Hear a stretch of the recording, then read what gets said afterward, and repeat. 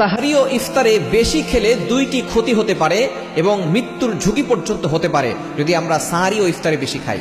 বিশেষ করে আমরা দেখা যাচ্ছে রমজানে আমরা সারাদিন না খেয়ে থাকি, অনেকেই আমরা সাহারিতে এবং ইফতার একটু বেশি খাওয়ার চেষ্টা করি। মনে রাখবেন, রোজা কেন এসেছে, রোজার উদ্দেশ্য কি এটা আমরা অনেকেই জানি না।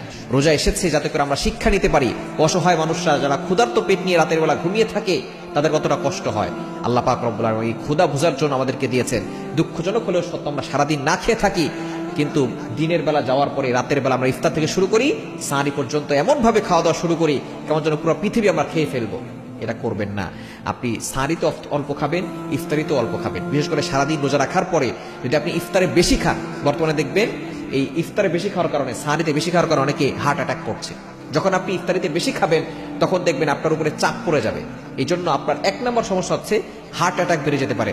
অধিকাংশ মানুষ ইফতারি করার পরে, সাহারি করার পরে হার্ট অ্যাটাক করতেছে। এই জন্য সাহারি এবং ইফতারে কম খাওয়ার চেষ্টা করবেন, আস্তে আস্তে খাওয়ার চেষ্টা করবেন। যেহেতু আপনি সারাদিন না খেয়ে আছেন, ইফতার একটু কম খাবেন।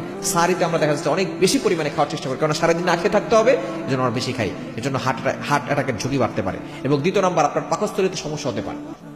যেহেতু আপনি বেশি খাবার একসাথে খেয়ে ফেলছেন, আবার অনেক সময় দেখা যাচ্ছে ভাজা পোড়া বেশি খাচ্ছি এবং বিভিন্ন ধরনের কোয়ালিটির খাবার আমরা একসাথে খাচ্ছি।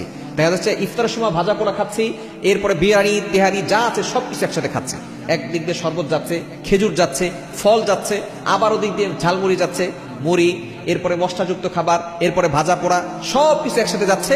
তো পাকস্থলীর ভিতরে বড় ধরনের সমস্যা হতে পারে, কিডনিতে আপনার বড় ধরনের সমস্যা হতে পারে।